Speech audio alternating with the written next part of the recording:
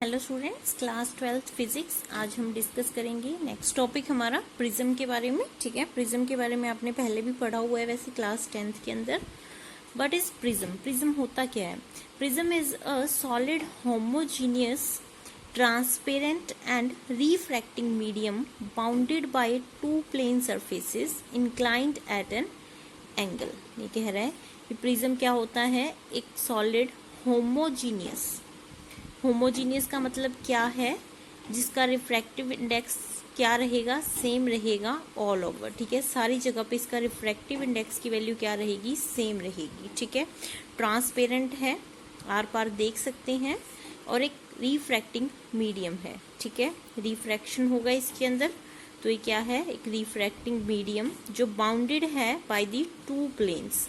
दो प्लेन्स जो हैं वो एक दूसरे से इस तरह से जुड़े हुए हैं, इंक्लाइंड है एट एन एंगल। ठीक है, कुछ एंगल पे इंक्लाइंड है, दोनों एक दूसरे से इस तरह से दो प्लेन्स ज्वाइन करते हैं जब हम, तो वो क्या मिलता है हमें? प्रिज्म मिलता है। ठीक है, तो प्रिज्म की शेप कैसी होती है? इस तरह से ट्रायंगुलर शेप का होगा। ठीक है, हमने दो यहाँ पे क्या बना लिए? ट्रायंगल्स फॉर्म कर लिए। ठीक है, और वो आपस में क्या करते हैं? मीट करते हैं। ठीक है, तो इस तरह से नहीं होगा, ये मैंने गड़बड़ कर। ठीक है, तो किस तरह से फॉर्म होगा? एक ट्रायंगल इस तरह से। ठीक है, तो यहाँ पे हम क्या फॉर्म करेंगे?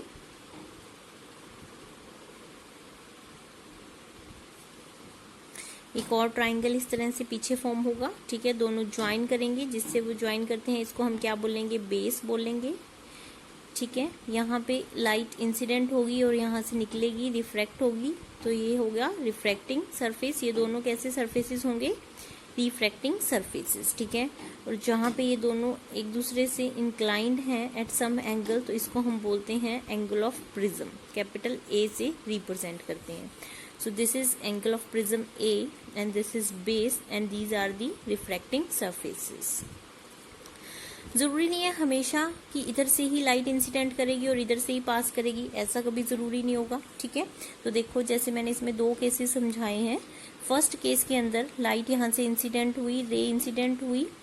ठीक है, मीडियम चेंज हुआ तो वो बेंड कर गई। आफ्टर बेंडिंग यहाँ से क्या हो गई है? आउट हो गई है। ठीक है, तो इन दोनों लाइंस को जब जोड़ा गया तो देखो यहाँ पे जो एंगल फॉर्म हुआ वो कितना है? 30 डिग्री दिया हुआ है हमें। तो इसका मतलब angle of prism first case के अंदर कितना है? 30 डिग्री। लेकिन सेकंड केस में देखो एरो आपको दिखा रहा है कि डायरेक्शन कहाँ है इसकी। यहाँ इस साइड से क्या होगा? इंसिडेंट करवाया, मतलब इस साइड से एंटर करेगी रे, और इस साइड से क्या कर रही है? आउट कर रही है। तो ये दोनों आपस में ज्वाइन कर रहे हैं, तो इसके बीच का जो एंगल है वो कितना दे रखा है आपको? 80 डिग्री। तो इसका मतलब अब एंगल ऑफ प्रिज्म चेंज हो गया है फॉर सेकेंड रे। ठीक है, फॉर सेकेंड रे एंगल ऑफ प्रिज्म कितना है? 80 डिग्री। मतलब इन दोनों के बीच का जो एंगल होगा हमें वो ही हमेशा काउंट करना होता है। That is the angle of prism. ठीक है, नेक्स्ट देखो रिफ्रैक्शन थ्रू प्रिज्म। अब रिफ्रैक्शन पढ़नी है हमें प्रिज्म के थ्रू, कैसी होगी? ठीक है, तो इसके अंदर देखो सबसे पहले हमने क्या किया? एक लाइट को इंसिडेंट करवाया, दिस इज इंसिडेंट रे। यहाँ पे हमने एक नॉर्मल बनाया। ठीक है, तो नॉर्मल से ये क्या होगी? बेंड होगी, इस तरह से गई। यहाँ पे फिर से एक नॉर्मल बनाया, जो इस पॉइंट पे दोनों नॉर्मल क्या कर रहे हैं? मीट कर रहे हैं इस पॉइंट पे। ठीक है, तो यहाँ पे हमने एक नॉर्मल बनाया, फिर से क्या हुआ? ये बेंड कर गई है। दिस इज एमर्जेंट रे। ठीक है, तो नॉर्मल के साथ ही कितना एंगल फॉर्म कर रही है? I, angle of incidence, and this is angle of refraction. This is angle of refraction, जिसको हमने R1 बोला। This is another angle of refraction, this is R2 and this is emergence angle E। ठीक है, तो अब देखो अब यहाँ पे एक नई टर्म आएगी, angle of deviation. Angle of deviation को हम किससे लिखेंगे? डेल्टा से लिखेंगे। एंगल ऑफ डेविएशन का मतलब हुआ कि कितनी वो डेविएट होगी है रे।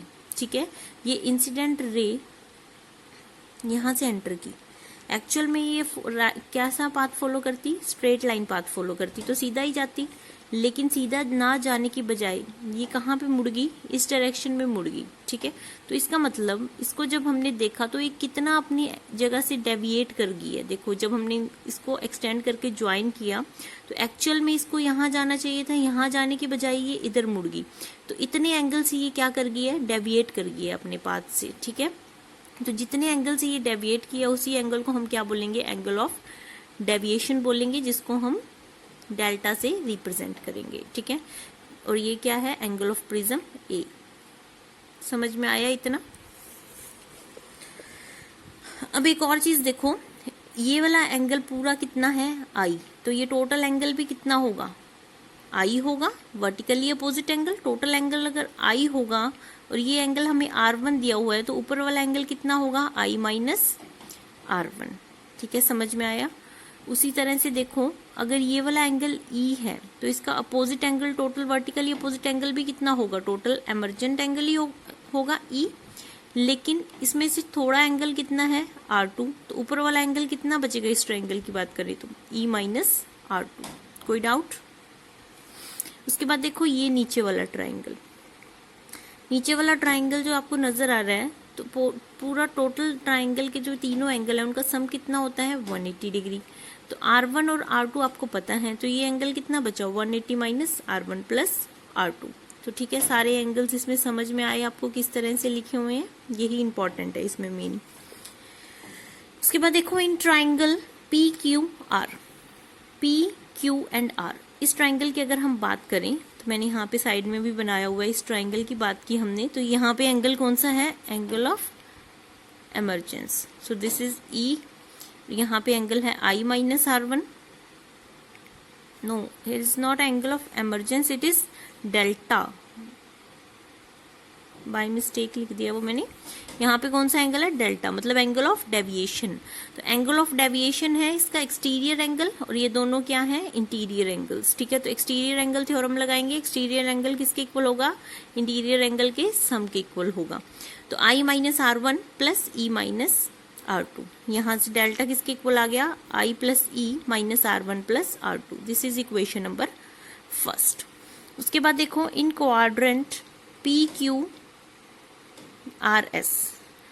PQRS, ये बड़े वाले क्वाड्रेंट की बात हो रही है। ठीक है, तो ये मैंने आपके लिए यहाँ पे बना दिया है PQRS। ठीक है, तो देखो PQRS में ये वाला टोटल एंगल जो है, नॉर्मल के साथ ये पूरा का पूरा एंगल जो है ये फॉर्म करेगा, तो ये टोटल एंगल कितना होगा, 90 डिग्री। इसी तरह से अगर R की बात करें तो ये वाला टोटल एंगल इसका कितना होगा, 90 degree. This is angle of prism A। ठीक है, ये आपको दे रखा है। एक्चुअल में यहाँ पे ट्रायंगल हमने गलत लिख दिया, यहाँ पे हम कुछ और नेमिंग कर देते हैं, RST लिखते हैं इसको। ठीक है, तो यहाँ पे आएगा T, TQR और S। ठीक है, अब कोई दिक्कत नहीं होनी चाहिए। ये टोटल एंगल कितना है, 90 डिग्री, और ये वाला टोटल एंगल कितना है, 90 डिग्री। यहाँ पे एंगल ऑफ प्रिज्म है, this is T and this is S। ठीक है, ये हमें पता है 180 माइनस R1 प्लस R2, वही लिखा है 180 माइनस R1 प्लस R2। अब देखो क्वाड्रेंट के सभी एंगल का सम किसके इक्वल होता है, 360 डिग्री के इक्वल होता है, तो उसी के इक्वल रखा है। A plus 90 plus 90 plus 180 minus R1 plus R2 is equal to 360 degree. तो यहाँ से A minus R1 plus R2 ही बचेगा, क्योंकि 90 90 180 180 180 360 और 360 और 360 आपस में कैंसिल हो जाएंगे, तो रिजल्टेंट क्या मिलेगा, 0। तो A minus R1 plus R2 equals to 0। तो यहाँ से A की वैल्यू आ गई R1 प्लस R2। ठीक है, तो हमने A की वैल्यू निकाल ली, इसका हम यूज करेंगे इक्वेशन नंबर फर्स्ट में। तो R1 प्लस R2 की जगह हमने क्या रख दिया, A रख दिया। तो डेल्टा किसके इक्वल आ गया, 1 I plus E minus A। तो ये आ गया हमारे पास इसका रिजल्ट, यही है रिक्वायर्ड रिजल्ट। ये एंगल ऑफ डेविएशन जो है और एंगल ऑफ प्रिज्म के बीच में क्या रिलेशन है, angle of incidence and angle of emergence. ठीक है, तो यहाँ तक आप इसको नोट करेंगे। Thank you.